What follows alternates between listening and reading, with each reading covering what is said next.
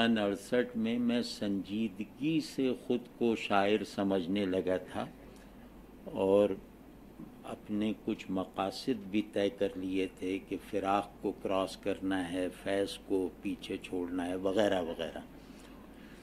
تو یہ وہ زمانہ تھا اپنی کلاس میں، مطلب میں ڈیبیٹر بھی تھا اور شاعر بھی تھا، اور ان دونوں حیثیتوں سے اپنی کلاس یا اپنے اسکول میں مشہور بھی تھا. تو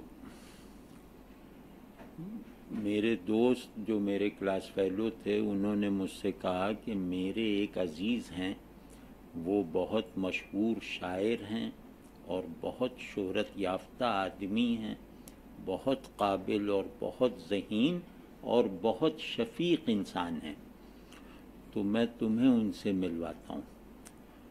تو میں نے کہا ضرور ضرور، مجھے بہت کشش محسوس ہوئی، اور ساتھ میں یہ کہ انہیں جا کے اپنی شاعری سناؤں گا اور ان سے داد حاصل کروں گا، یہ مطلب ایک منصوبہ تھا. تو میں نے اصرار کر کے اس لڑکے سے جلد از جلد ملنے کو کہا. تو وہ مجھے لے کر، میں government high school jail road Karachi میں پڑھتا تھا، اور یہ وہی اسکول اور وہی سال ہے جس سال اور جس اسکول میں خوش قسمتی یا بدقسمتی سے الطاف حسین صاحب بھی پڑھتے تھے. تو یہ یقیناً میری خوش قسمتی کہ وہ سائنس میں تھے، ہم آرٹس میں تھے. تو وہ بہرحال وہ مجھے جہانگیر روڈ لے کر آئے. جہانگیر روڈ جیل روڈ کے نزدیک ہے. جہانگیر روڈ کے ایک گھر میں لائے مجھے، اور ایک صاحب اپنے گھر کے سامنے ایک چھوٹا سا میدان ہے، اس پہ چارپائی ڈالے ہوئے نیم دراز حالت میں لیٹے ہوئے تھے، اور 2-4 آدمی کرسیوں پر بیٹھے ہوئے تھے ان کے ملاقاتی. تو انہوں نے جا کے سلام کیا، میں نے بہت ادب سے سلام کیا. انہوں نے کہا کہ سلیم چاچا یہ میرا دوست ہے، یہ شاعر ہے، اس پہ ذرا توجہ فرمائیے. تو وہ بڑے لہک کے بہت شفقت سے انہوں نے ہاتھ لیا اور دوسرے ہاتھ سے ہاتھ تھپکا اور کہا بیٹھو بیٹھو، بڑی خوشی ہوئی. وہ سلیم احمد تھے. تو وہاں بیٹھے تو کچھ دیر بعد مجھے بے چینی لگی ہوئی تھی کہ یہ مجھ سے میرا کلام تو سنے، کلام بلاغت نظام. تو تھوڑی دیر بعد انہوں نے مجھ سے فرمایا کہ ہاں بھائی کچھ کہتے ہو تو سناؤ. تو اچھا نہیں، تھوڑی دیر بعد انہوں نے کہا کہ تم نے کچھ شاعری پڑھی ہے؟ تو میں نے کہا پڑھی ہے، اور واقعی پڑھی تھی. تو میں نے کہا کہ مجھے آپ کے بھی اشعار یاد ہیں. تو اس زمانے میں ایک رسالہ نکلتا تھا نقش، وہ ادبی ڈائجسٹ تھا، اس میں دیگر رسائل سے منتخب کر کے نظمیں، غزلیں، مضامین شائع ہوتے تھے. اس کے ایڈیٹر شمس زبیری صاحب تھے. تو نقش میں باقاعدگی سے پڑھتا تھا. تو اس میں سلیم احمد کی غزلیں بھی پڑھ رکھی تھیں اور ان کے کئی شعر مجھے یاد تھے. تو انہوں نے پوچھا کہ کوئی شعر سناؤ. تو میں نے انہیں ان کا ایک شعر سنایا جو آج بھی مجھے یاد ہے کہ آنکھ سرشار تمنا ہے تو وعدہ کر لے. آنکھ سرشار تمنا ہے تو وعدہ کر لے، چال کہتی ہے کہ پھر لوٹ کے آنا کیسا. تو اب ایک بالکل نوعمر لڑکے سے وہ ایسا شعر یاد رکھنے کی شاید توقع نہیں رکھ رہے تھے. تو بڑے زور سے ہنسے، کہنے لگے کہ ارے تم تو عجیب عجیب چیزیں یاد رکھتے ہو. تو پھر 2-4 منٹ بعد مجھ سے فرمایا کہ تم بھی تو کچھ کہتے ہو، تم سناؤ۔ تو میں نے انہیں اپنی 2 غزلیں سنائیں، اپنی دانست میں جو غزلیں تھیں وہ سنائیں۔ وہ بے وزن تھیں، مطلب بحر میں نہیں تھیں، موضوع نہیں تھیں۔ وہ کمال توجہ اور انہماک کے ساتھ سنتے رہے اور بیچ میں کہتے رہے اچھا کہا، اچھا کہا۔ تو تقریباً 20 اشعار انہوں نے مجھ سے سنے اور کہا کہ اچھا کہا، شاعری جاری رکھنا۔ یہ وہ کچھ جیسے حوصلہ افزائی کے کلمات۔ تو ہم لوگ جب وہاں سے رخصت ہونے لگے تو انہوں نے مجھ سے کہا کہ تم شاعر ہو، بس وزن سیکھ لو اور شاعری چھوڑنا مت، اور دوسری بات یہ ہے کہ مجھ سے ملتے رہنا۔ تو میں نے ان سے پوچھا کہ آپ کا کوئی خاص وقت ہو جس میں آپ ملاقات کرتے ہوں؟ کہنے نہیں، جس وقت چاہے آ جانا، زیادہ سے زیادہ یہی ہو سکتا ہے کہ میں مصروف ہوں گا یا آرام کرنا چاہتا ہوں گا تو تم سے کہوں گا کہ تم بھی ادھر ہی کہیں پڑ جاؤ، لیکن یہ کہ تم جس وقت چاہے آ جانا، لیکن مجھ سے ملتے رہنا۔ یہ وہ صاحب تھے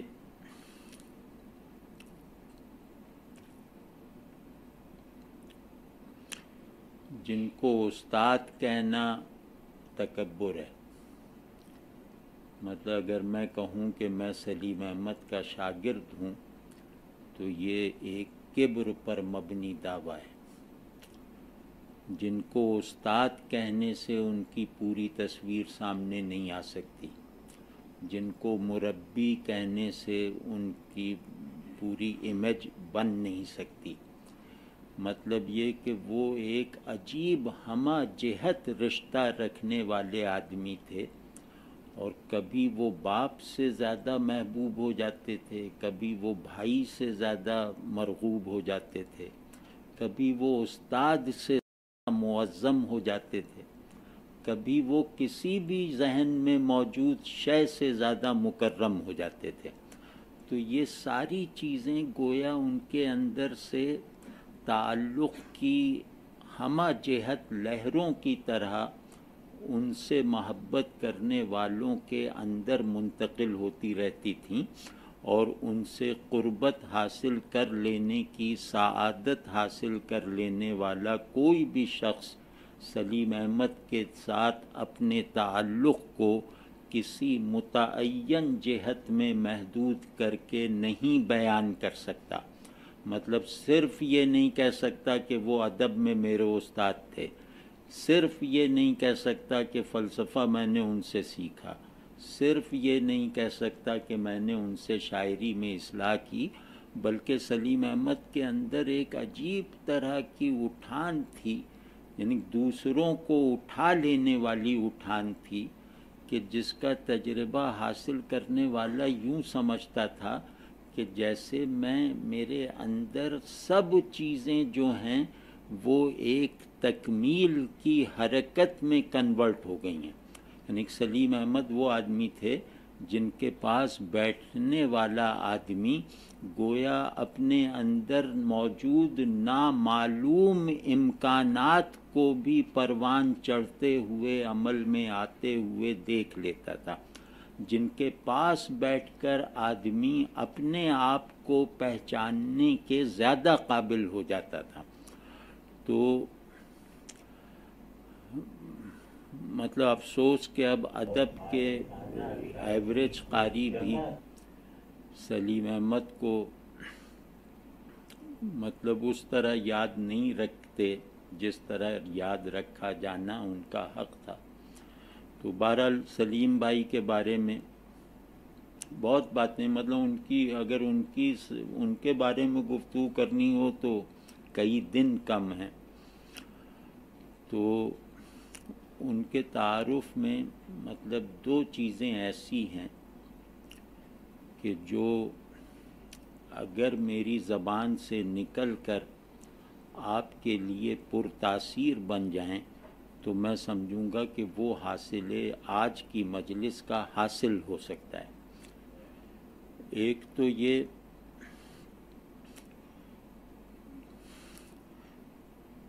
کہ میں اس بات کو تھوڑا سا تھیورائز کر کے عرض کرتا ہوں تاکہ وہ واضح ہو جائے۔ آواز تو آ رہی ہے نا، مجھے لگ رہا ہے میری آواز مجھے کو نہیں آ رہی ہے نا پیچھے تک۔ تو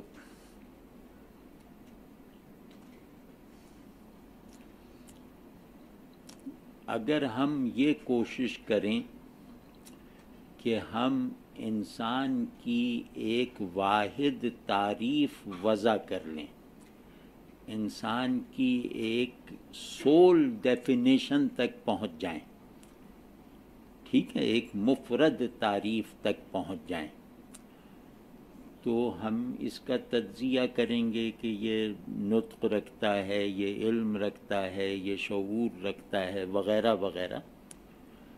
تو ہم ان سب چیزوں کو انسان پر سے کھرچتے چلے جائیں تو بھی انسان باقی رہتا ہے۔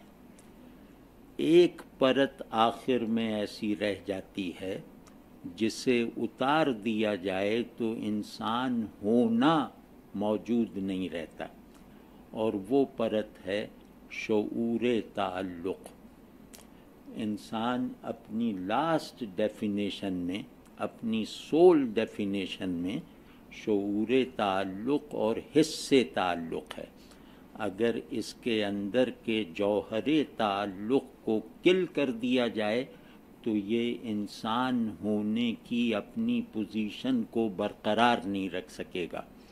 تو اس روشنی میں مطلب اس بات کی روشنی میں میں عرض کر رہا ہوں کہ ہمارے سلیم احمد سر سے پاؤں تک تعلق کا ایسا آتش فشاں تھے جس کا لاوا گرم نہیں ہوتا،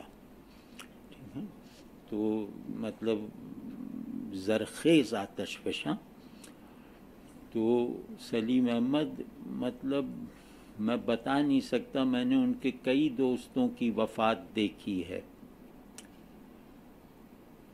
وہ اپنے ہر دوست کی موت پر ایسے ہو جاتے تھے کہ خود ان کے جینے کے لالے پڑ جاتے تھے۔ وہ اپنے دوستوں کی تکلیف کو جس شدت سے محسوس کرتے تھے، خود تکلیف میں مبتلا شخص بھی اس شدت سے محسوس کرنے نہیں کیا کرتا تھا۔ مطلب وہ سراپا تعلق تھے، اور میری نظر میں ان کی سب سے بڑی تاثیر، ان سے فیض حاصل کرنے کا سب سے مستند اور یقینی زاویہ ان کے جوہر تعلق سے خود کو وابستہ کر لینا ہوتا تھا۔ تو وہ عجیب طرح کے آدمی تھے، مطلب یہ کہ وہ ایک دوست کی موت پہ 3 مہینے بیمار رہتے تھے، اور واقعاً ایسے ہی تھا کہ ان کے لوگ ڈر جاتے تھے کہ کہیں اب یہ بھی کوچ کی تیاری تو نہیں کر رہے۔ تو ایک ان میں یہ بات تھی جس کے بے شمار مظاہر ہیں، ان سے ذرا بھی قربت رکھنے والے شخص سے اگر آپ پوچھیں تو وہ ان کا سب سے پرتاثیر وصف ان کی ذہانت، ان کی قدرت کلام، ان کے حسن اظہار، ان کی دراکی وغیرہ کو نہیں بتائے گا، بلکہ یہ بتائے گا کہ ان کے ساتھ بیٹھ کر اپنی سیلف ہوڈ میں توسیع کا احساس ہوتا ہے۔ وہ لوگوں کو اپنے اندر جذب نہیں کرتے تھے، خود لوگوں میں جذب ہو جاتے تھے۔ مطلب وہ ایک جیسے سیلف، ایک ایکسٹینڈڈ سیلف بنا دیتے تھے اپنے مخاطب کا، اپنے دوست کا۔ تو کمال ہے، مطلب میں کیا کہوں، میں یہ بات قسمیہ کہہ سکتا ہوں کہ کبھی بھی اپنا خیال آ جائے تو سلیم احمد کے بغیر نہیں آتا، کبھی بھی نہیں۔ مطلب میں سلیم احمد کے حوالے سے کٹ کر موجود ہی نہیں ہوں، اپنے لیے معلوم ہی نہیں ہوں۔ تو وہ مطلب ایسے آدمی تھے. اور دوسری چیز تھی ان کی بے مثل ذہانت. وہ بہت اللہ نے انہیں مکمل آدمی بنایا تھا. وہ مرد تقریر بھی تھے، وہ مرد تحریر بھی تھے. اور وہ مطلب ان کی تحریر، ان کو تحریر لکھتے وقت میں نے دیکھا ہے کہ وہ شور شرابے میں بھی مضامین لکھتے تھے خط کی طرح. مطلب ان کو کسی خلوت کی، کسی اہتمام کی ضرورت نہیں ہوتی تھی. وہ بالکل ایک بچہ کندھے بیٹھا ہے، 10 دوست سامنے بیٹھے ہیں اور وہ لکھتے بھی جا رہے ہیں، باتیں بھی کرتے جا رہے ہیں، بچے سے کھیلتے بھی جا رہے ہیں. مطلب ان کے بہت بلند پایہ مضامین ان حالات میں لکھے گئے. مطلب انہیں وہ ایسے لوگ ہیں نا کہ جن کا انسپریشن جو ہے وہ سبجیکٹیو نہیں ہوتا.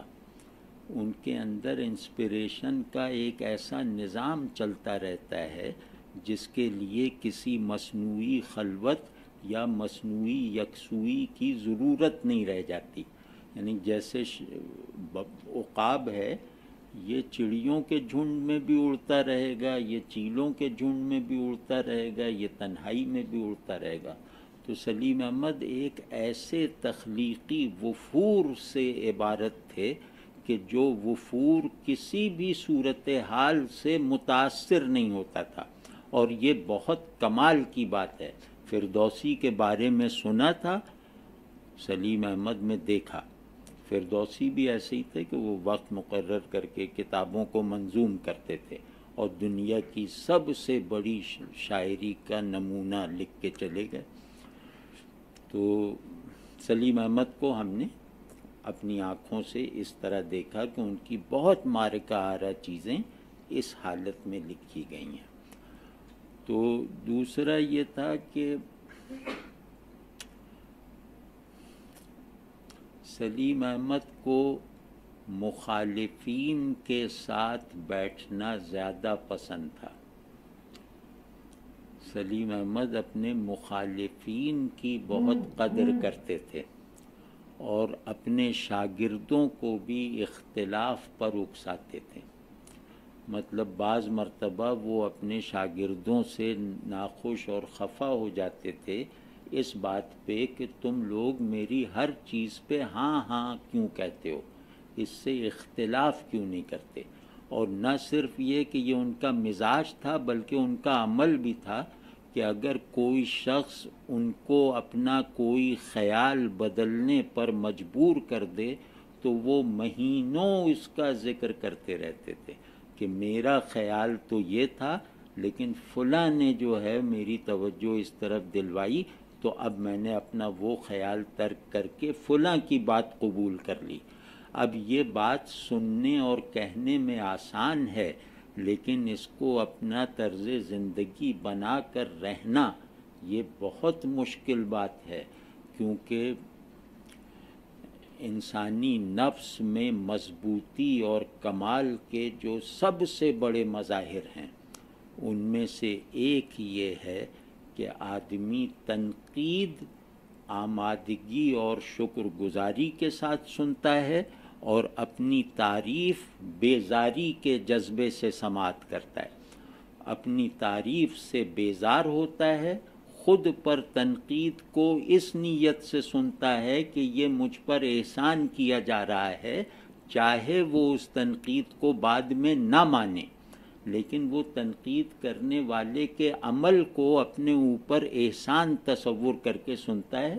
کیونکہ یہی فطرت ہے نا کہ آدمی کے اندر نقصان سے بچنے کی خواہش فائدہ حاصل کرنے کی تمنا سے زیادہ ہوتی ہے. تو تنقید مجھے پہنچ سکنے والے نقصان کا ازالہ کر سکتی ہے نا، تو اس لیے وہ بہت احسان مندی سے سنتے تھے اور بلا کسی تکلف کے بڑے سے بڑے مجمع میں وہ اپنی رائے واپس لے لیتے تھے کسی کی کوئی دلیل سن کر، اور ایسا بارہا ہوتا تھا. تو یہ جو سلیم احمد ہیں، میں آپ حضرات کو دعوت دینا چاہتا ہوں کہ آپ حضرات میں سے اگر کسی کا موضوع یہ ہو کہ ادب اور تہذیب کا کیا تعلق ہے، تو وہ اس تعلق کو اس وقت تک نہیں سمجھ سکتا جب تک سلیم احمد کو نہ پڑھے۔ اب یہ گویا یہ ان کی ملکیت ہے یہ موضوع۔ تو اگر یہ دلچسپی ہے کہ تخلیقی شعور اور اس کے مظاہر کی اپنی تہذیب سے کیا نسبت ہے، یہ جاننے کی خواہش پیدا ہو جائے، تو اس خواہش کی تسکین کا کوئی سامان نہیں ہے جب تک وہ سلیم احمد کو نہیں پڑھے گا۔ تو میری گزارش ہے کہ آپ حضرات سلیم احمد کی دونوں کلیاتیں چھپ چکی ہیں، مطلب ان کی نثر کا کلیات بھی چھپ چکا ہے، ان کی شاعری کا مجموعہ بھی چھپ چکا ہے، تو کوشش کریں کہ اس تک رسائی ہو جائے اور ان کو ذرا سا دیکھیں۔ تو مجھے یقین ہے کہ آپ کو بعض بہت ضروری تصورات حاصل ہو جائیں گے، اور ان تصورات کی عملی سگنیفیکنس کو تلاش کرنے کا جذبہ بیدار ہو جائے گا سلیم احمد کو پڑھ کے۔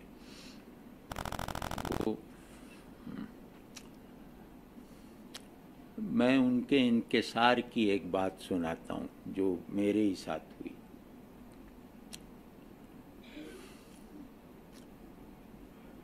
ان کے استاد محمد حسن عسکری، جو بلا شبہ اردو تنقید کا سب سے بڑا نام ہے، یعنی ساری اردو تنقید کو ایک پلڑے میں رکھ دیا جائے اور اکیلے عسکری صاحب کو دوسرے پلڑے میں رکھ دیا جائے تو یہ والا پلڑا بھاری رہے گا۔ مطلب اردو تنقید کی انتہا محمد حسن عسکری ہیں، تو وہ سلیم احمد کے استاد ہیں۔ تو سلیم بھائی کو عسکری صاحب یعنی اپنے استاد سے ایک معاملے میں اختلاف محسوس ہوا،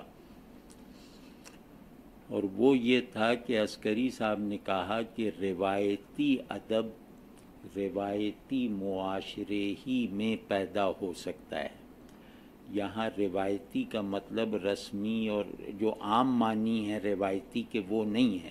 روایتی کا مطلب ہے اپنی تہذیب کے اصول پر کھڑا ہوا ادب، اس تہذیب کے اصول پر چلنے کی حالت ہی میں پیدا ہوگا، تصور سے نہیں پیدا ہو سکتا، یہ عسکری صاحب نے فرمایا۔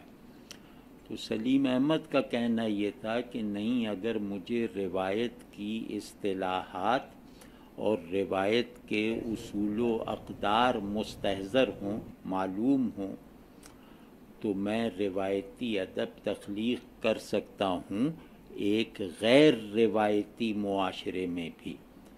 تو لیکن یہ کہ استاد کا ادب ان کے دل میں اتنا زیادہ تھا، ابھی واقعہ بتاؤں گا استاد کے ادب کا، کہ وہ یہ بات جیسے وسوسے کے طور پر محسوس کرتے تھے کہ یہ اختلاف میرا وسوسہ ہے۔ تو بہت ہی قریبی آدمیوں سے پوچھتے تھے کہ تم مجھے کچھ سجھا دو کہ جس کی وجہ سے عسکری صاحب کی یہ بات میں پورے دل اور پورے ذہن سے قبول کر لوں، تم میرا یہ وسوسہ دور کر سکتے ہو تو کر دو۔ مطلب اس حد تک وہ لوگوں سے کہہ کے پوچھتے تھے۔ تو میں نہیں سمجھتا کہ آج کی علمی اور ادبی دنیا کوئی ایسا آدمی پروڈیوس کر سکتی ہے جو اپنے استاد سے اختلاف کو اپنے لیے ایک سزا سمجھے، جو اپنے استاد سے اختلاف کو اپنا وسوسہ جانے، اور جس کی ساری دلچسپی اس بات میں ہو کہ کوئی آدمی اسے ایسا مل جائے کہ اس کے استاد کی رائے جو ہے وہ اس کے لیے پوری طرح قابل تسلیم ہو جائے اور اس کا اختلاف ہوا میں اڑ جائے۔ تو یہ شخصیت کی بہت بڑی بلندی ہے۔ تو غرض سلیم احمد کے اتنے پہلو ہیں کہ ان کی کالم پڑھیں، ان کے ڈرامے پڑھیں، ان کے مطلب بہت ہی ہمہ جہت شخصیت اور کارناموں والے تھے۔ ان کا اپنے استاد کے ساتھ ایک مسئلہ پیدا ہو گیا۔ ان کے استاد بھٹو صاحب کے عاشق تھے، محمد حسن عسکری، ذوالفقار علی بھٹو صاحب کے، اور سلیم احمد ان کے مخالف تھے۔ تو عسکری صاحب ذوالفقار علی بھٹو کے لیے اتنے جذباتی تھے کہ انہوں نے ان سے کہہ دیا کہ آئندہ مجھے اپنی صورت نہ دکھانا، اور تحریر میں لکھ دیا کہ آفتاب احمد صاحب ہیں ان کے ایک دوست، ان کو خط میں لکھ دیا کہ سلیم امریکیوں سے پیسہ کھا گیا ہوگا، مطلب توہین کی ایک حد ہوتی ہے، اسے بھی کراس کر لیا۔ تو سلیم احمد کو انہوں نے اپنے سامنے آنے سے منع کر دیا۔ اس سے سلیم احمد کو نروس بریک ڈاؤن ہو گیا۔ وہ نروس بریک ڈاؤن انہیں پہلے بھی ہوا تھا، لیکن اس بات سے انہیں پھر نروس بریک ڈاؤن ہو گیا۔ تو یہ وہ زمانہ چل رہا تھا کہ ایک دن سلیم احمد کی بیٹھک میں عسکری صاحب اپنے بھانجے امیم اختر کو لے کر داخل ہوئے۔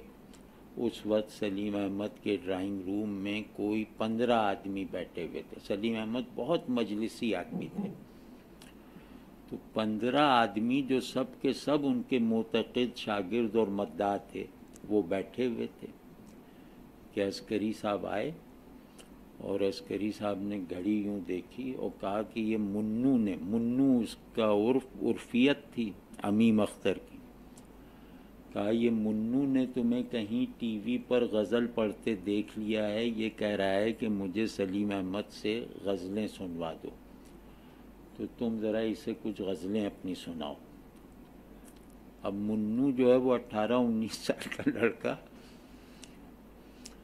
تو سلیم احمد نے فوراً غزلیں سنانا شروع کی، اور عسکری صاحب ابھی بیٹھے نہیں ہیں۔ تو عسکری صاحب نے کہا کہ نہیں، یہ تحت اللفظ میں بھی کوئی غزل سنائی جاتی ہے، ترنم سے سناؤ۔ اب وہ اس وقت سچویشن یہ تھی کہ سلیم احمد کے اگلے 2 دانت نکلے ہوئے تھے، وہ گفتگو بھی کرتے تھے تو ایک سیٹی کی سی آواز آتی تھی، تو اور زندگی میں وہ کبھی گنگنائے بھی نہ ہوں گے، ٹھیک ہے نا، باتھ روم سنگنگ بھی انہوں نے کبھی نہ کی ہوگی۔ تو ان سے یہ کہنا کہ ترنم سے غزلیں سناؤ اس بے وقوف بھانجے کو، تو سلیم احمد نے ترنم سے شروع کر دیا، اور یہ ترنم سے شروع کیا تو انہوں نے روکا، کہا کہ نہیں مجھے سننے کی ضرورت تھوڑی، اب نماز کا وقت ہو رہا ہے، عصر کا وقت ہو رہا ہے، تو میں نماز پڑھ کے آتا ہوں، جب تک تم اسے غزلیں سناتے رہو ترنم کے ساتھ۔ اب جناب وہ عصر پڑھنے گئے اور مغرب پڑھ کے واپس آئے، اور سلیم احمد اس سارے دوران میں انہیں ترنم سے غزلیں سناتے رہے، لوگ بیٹھے رو رہے تھے اس بے بسی پر، باقاعدہ آنسوؤں سے عطر نفیس وغیرہ۔ تو داخل ہوئے اور آتے ہی کہا کہ منو بس اب سن لیا نا، چلو، اسے اٹھایا اور سلام دعا کے بغیر چلے گئے۔ تو جب چلے گئے تھوڑی دیر بعد فضا ذرا سا بحال ہوئی، تو کسی نے کہا کہ عسکری صاحب نے یہ کیا ظلم کیا ہے، یہ کس چیز کا بدلہ لیا ہے؟ تو سلیم احمد نے انہیں ڈانٹ دیا، کہا کہ خبردار عسکری صاحب کے بارے میں کوئی حرف منہ سے نہ نکلے، وہ میرے سب کچھ ہیں، وہ اگر مجھ سے کہتے کہ چوراہے پر کھڑے ہو کے جوتوں کا ہار گلے میں ڈال کر ترنم سے اپنی غزلیں سناؤ تو میں یہ کرنے کو بھی تیار ہوں۔ یہ ادب تھا استاد کا ان کے دل میں۔